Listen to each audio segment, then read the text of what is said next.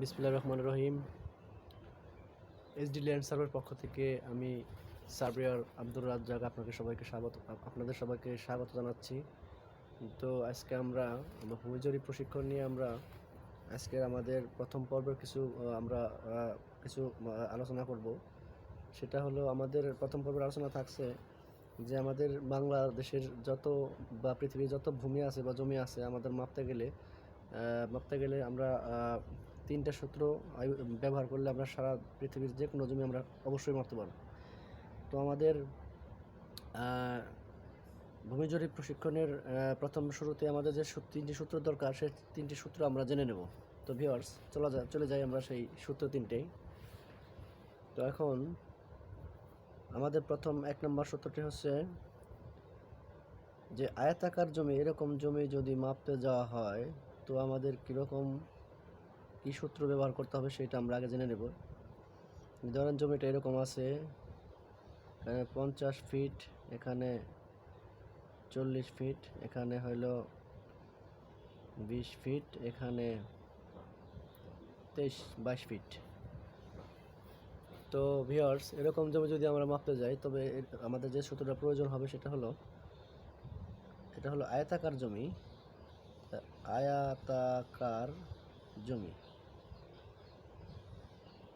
আয়তাকার জমি এটা মাপতে গেলে যে সূত্রটি আমাদের ব্যবহার করতে হবে সেটা হলো ক্ষেত্রফল সমান গড় দৈর্ঘ্য পূরণ গড় প্রস্থ। তার মানে আমরা বিপরীত বাহুগুলা যোগ করে নিয়ে আমরা কি করব, বাহুগুলো আমরা গড় করে নেব। যেভাবে 50 দৈর্ঘ্য আছে, উপর দিকে আছে 40, এদিকে আমার একদিকে আছে 20 ফিট, আরেক দিকে আছে 22 ফিট। তো এরপর আমরা যোগ করে নেব, এখানে হলো 90। গড় করার জন্য অবশ্যই আমাদের 2 দিয়ে ভাগ করতে হবে।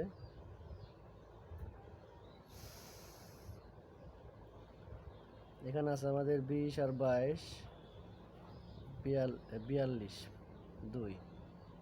তাহলে আমাদের এখানে আসতেছে ভাগ করার পর 45, এরপরে পূর্ণ আসতেছে 21। এরপর আমরা দেখে নেব যে 45 আর 21 দিলে যে ক্ষেত্রফলটা হয় সেটা দিয়ে আমরা 435.6কে আমরা যদি ভাগ দিই তবে আমাদের 1% জমি বেরিয়ে যাবে। যে 1% জমি মাপার যে নিয়ম সেটা আমাদের বেরিয়ে যাচ্ছে। তো আমাদের সবসময় সবচেয়ে যে সূত্রটা যেটা আগে মনে রাখতে হবে সেটা হলো যে 1% জমি সমান 435.6 ফিট। এটা আমাদের সবসময় আগে মনে রাখতে হবে। 435.6 ফিটে কি 1 শতক জায়গা। তো 1 শতক জায়গায় জন্য আমাদের যে ক্ষেত্রফলটা আসতেছে সেটা আমরা 435.6কে দিয়ে ভাগ দিলে আমাদের যে অঙ্কটা এসে যাবে সেটা হলো আমাদের এখানে জমি কতটুকু আছে সেটা এসে যাবে, যত শতাংশ জমি আছে। তো আমরা ক্যালকুলেটর দিয়ে ভাগ করে নিব বা যোগ পূরণ করার পরে আমরা এটা বের করে নিব, সমস্যা নাই। তো এটা গেল আয়তাকার জমি মাপার জন্য যে সূত্র দরকার সেটা। আয়তাকার জমি তার মানে এরকম জমিগুলো যখন পাবেন তখন আপনারা মাপবেন যে এই সূত্র দিয়ে আমাদের জমিটা তখন মাপতে হবে। তো আমরা সেকেন্ড 2 নম্বর সূত্রে চলে যাই। এরপরে আমরা যে সূত্রটা হলে আমরা জায়গাগুলো মাপতে পারবো সেটা হলো আরেকটা সূত্র দরকার, সেটা হলো যদি এরকমভাবে থাকে যে ত্রিভুজ যেটা বলে, তো এরকম জমি যদি থাকে তো সেটাকে আমরা মাপতে গেলে ABC দিয়ে আমরা মার্কিং করে নেব বাহু তিনটাকে। তো এরকম জমি থাকলে আমাদের যে মাপার যে নিয়মটা সেটাকে যে ফর্মুলা আমরা মাপা সেটা হেরস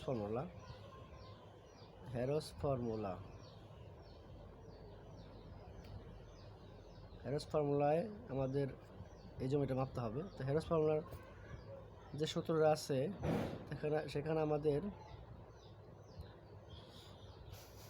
অর্ধ পরিসীমা আমাদের আগে বের করতে হবে। অর্ধ পরিসীমা S সমান A plus B plus C by 2। তার মানে আমাদের 3 বাহুর যোগফল দিয়ে ধরেন এখানে 20 ফিট, এখানে 10 ফিট, এখানে হয়তো কি ধরা যায় 15 ফিট। তো এরকম যদি থাকে তো আমরা 3 বাহু আগে যোগ করে নেব, যে plus B plus C by 3 বাহু যোগ করার পর 2 দিয়ে ভাগ করবো, এই জন্য এরপর আমাদের এসের মান চলে আসবে যে কত আছে 20 যোগ 10 যোগ 15। এরপর আছে কি আমাদের ভাগ 2, তাহলে আমাদের কত আসতেছে 30 40 45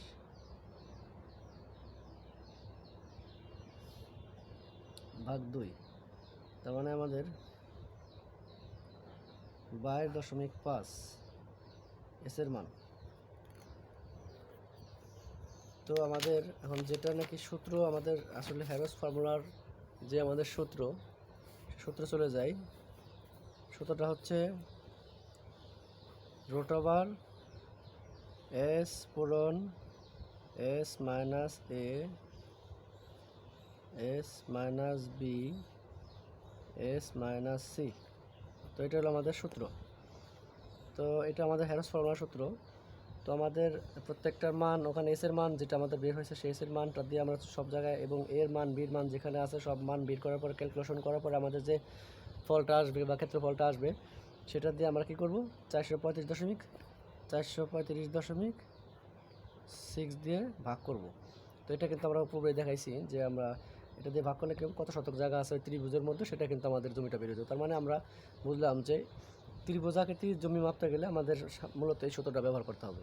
তো এই সূত্রটা ব্যবহার করতে গেলে জমি মাপার ক্ষেত্রে কিন্তু সবচেয়ে একুরেট এবং শুদ্ধ সূত্র হলো এই হ্যারোস ফর্মুলা। তো আমরা এটা দিয়ে জমি মাপলে আমাদের কম বেশি হওয়ার সম্ভাবনা থাকে না বললেই চলে। তো আমাদের আয়তাকার জমি যখন আমরা আয়তাকার জমি মাপবো তখন আমরা ওই আয়তাকার জমিকে 2টা ত্রিভুজে ভাগ করে আমরা যখন মাপবো তখন কিন্তু আমাদের এই সমস্যাটা হবে না, ওই কম বেশি হওয়ার সম্ভাবনা থাকবে না। তো যাই আমরা 3 নম্বর সূত্রে যদি কখনো আমরা এরকম কোনো জমি পাই যে গোলাকার, তার মানে গোলাকার কোনো জমি পাইলে তখন আমরা জমি কীভাবে মাপবো তার একটা সূত্র অবশ্যই আছে। তো আমরা চলে যাই ভিউয়ার্স যে আমরা গোলাকার যখন কোনো জমি থাকে তখন এই জমিটা মাপতে গেলে আমাদের যে সূত্রটা ব্যবহার করতে হবে সেটা হলো, তখন আমাদের কী করতে হবে বৃত্তের যে ব্যাসটা আমাদের মাঝখানে ব্যাস আছে ব্যাসটা আমাদের নির্ণয় করতে হবে। তো আমরা বৃত্তের ব্যাস নির্ণয় করি আগে। তো বৃত্তের ব্যাস আমরা দুটো দিক থেকে নির্ণয় করবো, এদিক থেকে দুটো দিক থেকে নির্ণয় করবো। তো ধরলাম আমরা এটা আছে কত ফিট, তো এটা 80 ফিট, এটা হয়তো 45 ফিট আছে। তো এরকম যদি কোনো জমি থাকে তবে আমাদের মাপতে গেলে যে সূত্রটা ব্যবহার করতে হবে, তখন বৃত্তাব্যাস যদি জমি মাপতে হয় তখন মাপতে হবে। বৃত্তাব্যাসের জমি মাপতে গেলে আমাদের যে সূত্রটা ইউজ করতে হবে সেটা হলো বড় অক্ষ পূরণ ছোট অক্ষ পূরণ 0.7854। তো ভিউয়ার্স আমাদের এটা হলো আমাদের বৃত্তের জমি মাপার সূত্র। তো বড় অক্ষটা হলো আমাদের এখান থেকে পর্যন্ত যে এটা আছে বড় অক্ষ। তো বড় অক্ষ যদি 80 ফিট হয়ে থাকে, সরি এখানে 40, আমি ইংরেজিতে লিখে ফেলছি, এখানে 80 ফিট হবে। তো বড় অক্ষ যদি 80 ফিট হয়ে থাকে তাহলে 80 গুণন ছোট অক্ষ হলো এখান থেকে এটা হলো ছোট অক্ষ, তো 45 ফিট পূরণ 0.7854। তার মানে আমাদের সূত্রের 7854। তো এবার আমরা গুণন করে নেব। গুণন করার পরে যে আমাদের রেজাল্টটা আসবে সেটা আমাদের 435.6 দিয়ে ভাগ করলে যে ফলটা আসবে সেটাই আমাদের জমির মাপ, তার মানে এই উপরের অংশের মাপ। এরপর আমরা যখন নাকি এই জমিটা মাপতে যাব তো একই সূত্র একই সেম সূত্র অবলম্বন করতে হবে। নিচের অংশ মাপতে গেলে আমাদের কী করতে হবে, তো বড় অক্ষ ধরে নিতে হবে এখান থেকে এখানে 80 ফুট, এবং ছোটো অক্ষ এখান থেকে এখানে আপনি মাপ দিয়ে নেবেন যে যদি 45 থাকে বা 40 থাকে 40, এরপর 45 থেকে 40 দেওয়ার পরে যে বাকি যে নিয়মগুলো আছে সেটা সব আগের মতোই। তো ভিউয়ার্স আমরা এভাবে করে নেব, সমস্যা নেই। তো গেল আমাদের বৃত্তাব্যাসের জমি, আমরা বৃত্তাব্যাসের জমি মাপতে গেলে ভিউয়ার্স কীভাবে মাপতে হবে সেটা আমরা জানতে পারলাম। তো আমাদের 3টা সূত্র মোটামুটি জানা থাকলে আমরা মোটামুটি পৃথিবীর যে কোনো জায়গা আমরা কিন্তু একুরেটভাবে মাপতে পারবো, সমস্যা নাই। তো 3টা সূত্র জানলে পরে তো প্রথম সূত্রটা হলো কি, প্রথম সূত্রটা হচ্ছে আয়তাকার জমি ক্ষেত্রফল, এই গড় দৈর্ঘ্য পূরণ গড় প্রস্থ, এইটা। দ্বিতীয় নাম্বারটা হলো হ্যারেস ফর্মুলা, ত্রিভুজের জমি মাপার যে সূত্রটা সেটা এই সূত্র। আর তৃতীয় নাম্বারটা হলো 3 নাম্বারটা হলো বৃত্তাবেশ, বড় অক্ষ পূরণ ছোট অক্ষ 0.7854। তার মানে এই সূত্রটা আমরা ইউজ করলে, এই সূত্রটা ইউজ করলে আমাদের ওই বৃত্তাকার যে জমিগুলো আছে সেগুলো আমরা মাপতে পারবো। তো ভিউয়ার্স, আজকে আমরা আলোচনা করলাম যে আসলে জমি মাপতে গেলে আমাদের মানে সবচাইতে সহজ 3টা সূত্র, এবং এই 3টা সূত্র ব্যবহার করলে আমরা সহজে যে কোনো জমি মাপতে পারবো, সমস্যা নেই। তো আমরা প্রথমে আমরা 3টা সূত্র মুখস্থ রাখবো, ও তার আগে আমরা আগে যেটা সবচেয়ে বেশি মনে রাখবো সেটা হলো 1 শতাংশ জমির সমতল কত ফিট। এটা না জানা থাকলে ভিউয়ার্স আমরা ক্ষেত্রফল বের করার পর যদি আমরা যদি ভাগ দিয়ে না দিই তাহলে কিন্তু আমাদের কাঙ্ক্ষিত ফলটা আমরা পাবো না। তো অবশ্যই আমাদের কী করতে হবে, যে সূত্রে আমরা দেখা গেছে আমরা জমির যে সূত্রে আমরা ইউজ করি না কেন, যে জমির যে সূত্র ব্যবহার করি আমরা, তখন আমাদের কিন্তু ক্ষেত্রফলকে 435.6 দিয়ে ভাগ করতে হবে, তবে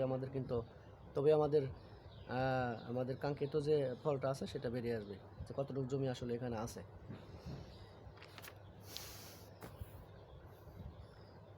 তো ভিউয়ার্স, আজকে আমরা সূত্র নিয়ে আলোচনা করলাম। তো আমাদের এই 3টা সূত্র জানলেই আমরা সব জমি মাপতে পারবো ইনশাল্লাহ। তো এই প্রথম পর্ব থেকে আজকে আমি সার্ভেয়ার আব্দুর রাজ্জাক, আমি বিদায় নিচ্ছি আপনাদের থেকে।